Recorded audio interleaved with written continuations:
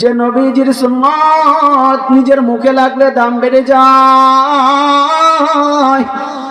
আমার নবীজির পরশ লাগলে কি হয় শোনার দরকার আছে না নাই? একটু জোরে বলতে হবে, আছে না নাই? নবীজির একজন সাহাবী নাম হলো জাবের। নাম কি? জাবের রাদিয়াল্লাহু তাআলা আনহু বলেন, বুখারী শরীফের বর্ণনা, গাল বানানো গল্প নয়, নবীজির জীবন ইতিহাস থেকে বলতেছে, এগুলোকে মুজিজাতুন নবী সাল্লাল্লাহু আলাইহি ওয়াসাল্লাম বলা হয়। জাবেরের বাবা উহুদের যুদ্ধে শাহাদাত বরণ করেছেন। শাহাদাত বরণ করার আগে নবীজি আগেই ভবিষ্যৎবাণী করেছেন, এই তুমি শোনো আব্দুল্লাহ, জাবেরের বাবার নাম হলো আব্দুল্লাহ, আব্দুল্লাহ তুমি মনে হয় শহীদ হয়ে যাইবা, মালিকের প্রিয় পাত্র হয়ে যাইবা। ওই বাবা যখন মেসেজ পাইল সন্তান যুবক, মাত্র এখনো তাগড়া যুবক, বিয়ে শাদী করে নাই, আরে বিয়ে করবে তো মাত্র বোন আছে, 3-4 জন বোন আছে তার, ছোট ছোট বোন, বোনদের আগে বিয়ে না দিয়ে কি ভাইয়েরা ঘরে বিবি আনেনি? জোরে বলেন। বাবা তার সন্তান যাবে কি ওসিয়ত করে গেছে, বাবারে আমি যদি চলে যাই তোর ঘরে আমার যে সম্পদগুলো রেখে গেছি এগুলো তুই দেখে রাখিস। কি রাখছে? কতগুলো বোন রাখছে? কয়টা? 3-এর অধিক বোন। ভাই নেই যাবের একা, বোন আছে ছোট ছোট, এগুলো তুই দেখে রাখিস, এদেরকে একটু লালন পালন করিস। বাবা আমার কিছু ঋণ আছে, ঋণগুলো পরিশোধ করিস। কি পরিশোধ করিস? বলেন কি পরিশোধ করিস? আজকে বর্তমান যুগের ছেলেরা হলে কি করতো, আর কিছু ওসিয়ত দিতে পারো না, আমি মাত্র একা।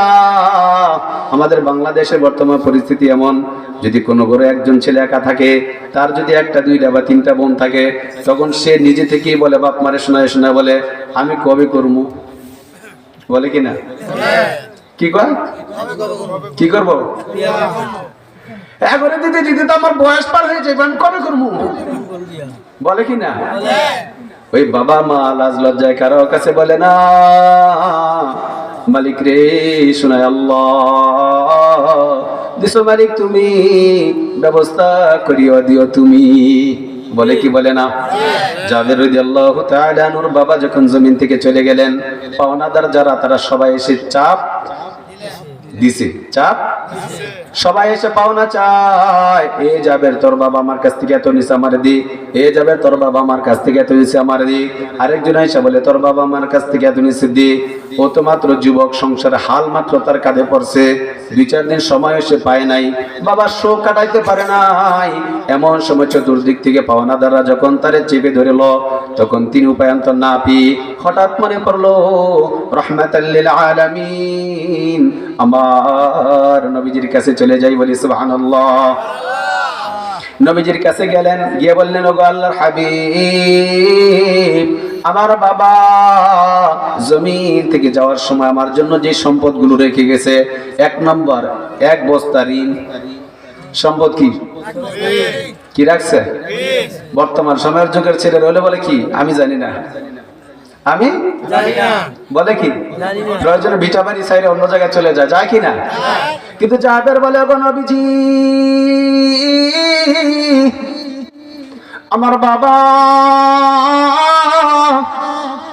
যাবার কালে আমার জন্য 1 বস্তা 1 গাদা পরিমাণ ঋণ রেখে গেছেন, কিন্তু আমি সন্তান যাবের বাবার ঋণগুলো চুকাতে চাই। ওগো নবীজি, আরেকটা সম্পদ আমার জন্য আমার বাবা রেখে গেছেন, আমার কয়েকজন ছোট্ট ছোট্ট বোন আছে, ওদেরকে লালন পালন পরিতোষণ বিবাহ দেওয়ার দায়িত্ব আমার কাঁধে। নবীজি আলহামদুলিল্লাহ, আমার আব্বাকে আল্লাহ নিয়ে গেছেন, সমস্যা নাই, আমি এই দায়িত্ব বহন করব, তবে আপনি যদি আমাকে একটু সহযোগিতা করতেন। নবীজি বললেন কিভাবে করতে পারি? এবার জাবের বলেন নবী গো, আমার মন বলে আমার পাওনাদার যারা আছে এদেরকে যদি আপনি একটু কথা বলেন, তারা হয়তো আমাকে একটু সুযোগ দিবে। তাই নবীজি তার বাড়িতে আসলেন, আয়েশা যখন পাওনাদারদের বললেন, এই তোমরা মাত্র দেখলা যুবকটা তার বাবা হারাইছে, এই মুহূর্তে তোমাদের এতগুলো ঋণ কেমন করে পরিশোধ করবে, তাকে তোমরা একটু সুযোগ দাও, কয়টা দিনের সুযোগ তোমরা তাকে দাও, তোমাদের ঋণ সে পরিশোধ করে দিবে। কিন্তু পাওনাদাররা মোস্তাও দিয়া বললেন না, মোস্তাও দিয়া বলে কি না না, সুযোগ দেওয়া চলবে না, এখনই দিতে হবে। যারা এভাবে বলে নবীজির সামনে, যারা এভাবে বলে তারা কি মুসলিম হতে পারে? যারা বলেন কোন মুসলমান কি নবীজির সামনে বলবেন না, বলতে পারবে? ইয়েস ছাড়া কোনো নোট উত্তর হবে? কিন্তু পাওনাদার যারা ছিল তারা সবাই ইহুদি।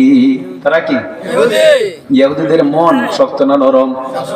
কেমন শক্ত ইসরায়েল দেখে বুঝে নেন, কেমন শক্ত ইসরায়েল দেখে শিখে নেন, বুঝে নেন। এরা যে কি পরিমাণ পাথর দিলে মানুষ, ওরা মানুষ না, নরপিশাচ, চরম মাত্রা বেয়াদব। আল্লাহ এমনিতেই তাদের ব্যাপারে মাগদুম বলেন নাই, কোরআনে কারীমে আল্লাহ পাক তাদেরকে অভিশপ্ত বলে এমনিই বলেন নাই। এরা আসলে সৃষ্টিগতভাবে, মজ্জাগতভাবে, চরিত্রগতভাবে ওরা চরম মাত্রা বেয়াদব, যার জন্য নবীজির সামনে এসে বলতেছে না না, সুযোগ দেওয়ার কোনো চান্স নাই, এতটুকু সময় আমাদের কাছে নাই, এখন দিতে হবে। বলুন তো আমার নবীজি কার সাথে মোহাব্বত? একটু জোরে বলেন। এই জমিনের সমস্ত চাবি, খাজানার চাবি কার হাতে নবীজি কি দিয়েছেন? সমস্ত খাজানার মালিক কি? চাবিটা কার হাতে দিয়েছেন? নবীজির হাতে। কার হাতে? নবী গো, জমিনের সমস্ত খাজানা আপনাকে দিয়ে দিলাম। আমার রহমাতাল লিল আলামিন বলে মালিক, আমার দূরদেশের বাংলাদেশের গরিব দরিদ্র উম্মত গুলো যখন শুনবে আমি নবীজি ভালো খাই ভালো চলি, সোনা দানা দালান করি, ওরা তো কলিজা ফেটে মারা যাবে। ওগো আল্লাহ, না না, আমি এত বুক বিলাসিতা করব না, আমার এগুলা চাই না, আমি শুধু উম্মত চাই। এই উম্মতের দরদি নবী এখন বুঝি জাবেরকে ছেড়ে চলে যাবেন? চলে যাবেন? নবীজি বলেন, জাবের তুই চিন্তা করিস না, এই তোর খেজুর গুলা যা আছে, সম্পদ মাত্র করে খেজুর, কি আছে? আর কিচ্ছু নাই। কয়টা খেজুর আছে? খেজুর গুলা তুমি স্তূপ দাও। সবগুলো খেজুর চতুর্দিক থেকে স্তূপ দিলেন, তার মধ্যে যেটা উন্নত মানের সবচেয়ে দামি খেজুর গুলো মাঝে রাখলেন।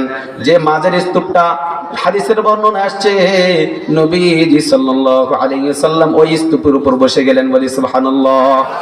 এবার বসে তাদেরকে বলতেছে, তোমরা পাওনাদার কারা? সবাই সারিবদ্ধভাবে আসো, তোমার পাওনা বুঝে নাও। নগদ অর্থ দিতে পারবো না, কিন্তু ফসল হিসাবে খেজুর দিব। যার যত পাওনা, এক সিকি পয়সা তোমাকে ছাড়তে হবে না। নবীজি রাহমাতাল লিল আলামিন এবার দিতে শুরু করলেন। যার যত পাওনা বুঝে নেয়, এ ডান দিক থেকে শুরু করলেন, এদিকে আসলেন, শেষ হলেন, বাম পাশ পর্যন্ত আসলেন, পাওনাদারদের হিসাব বুঝায় দিলেন। জাবের রাদিয়াল্লাহু তাআলা আনহু বলেন, ও জগৎবাসী মানুষ, তোমরা বাংলার জমিনে থেকে শুনো, আমি জাবের বলতেছি যে উপায়ন্তর হইয়া আমি চোখে যখন কিছু দেখতে পাচ্ছিলাম না, বিপদের ঘনঘটা দেখিয়া আমার নবীজির কাছে গেলাম। দেখুন আমার আল্লাহ কত বড় রহমতের ফোয়ারা আমার জন্য খুলে দিলেন, কত বড় রহমতের রাস্তা আমার আল্লাহ আমার জন্য খুলে দিলেন। আমার সকল পাওনাদার যাদের ঋণ চুকাবার জন্য আমি ভেবেছিলাম কোন রকম ঋণটা দিতে পারলেই হলো, আমি দুম ছেড়ে বাঁচি, আমি জীবনের জন্য সন্তুষ্ট হয়ে যাই। কিন্তু আল্লাহ পাকের কি কুদরত, আমি নিজে সামনে থেকে দেখলাম। জাবের রাদিয়াল্লাহু তাআলা আনহু বলেন, সকল পাওনাদারের পাওনা চুকিয়ে দিলেন, একটা খেজুরের দানাও সেখান থেকে কমে নাই। বলি সুবহানাল্লাহ। আমার যেই পরিমাণ খেজুর ছিল দেওয়ার শেষও গিয়ে দেখি ঠিক সেই পরিমাণ খেজুর রয়ে গেছে। বলি সুবহানাল্লাহ। এই ফয়সালা করেছেন কি? এই বরকত আছে না নাই? নবীজির রহমতের বরকতের পরশ আমার আপনার মাঝে আসবে কি আসবে না? কিভাবে আসবে বলেন? কিভাবে আসবে? নবীজির সুন্নাহর মাধ্যমে, নবীজির সুন্নতের মাধ্যমে, নবীজির আদর্শের মাধ্যমে। যখন যেখানে যতটুকু জরুরত হবে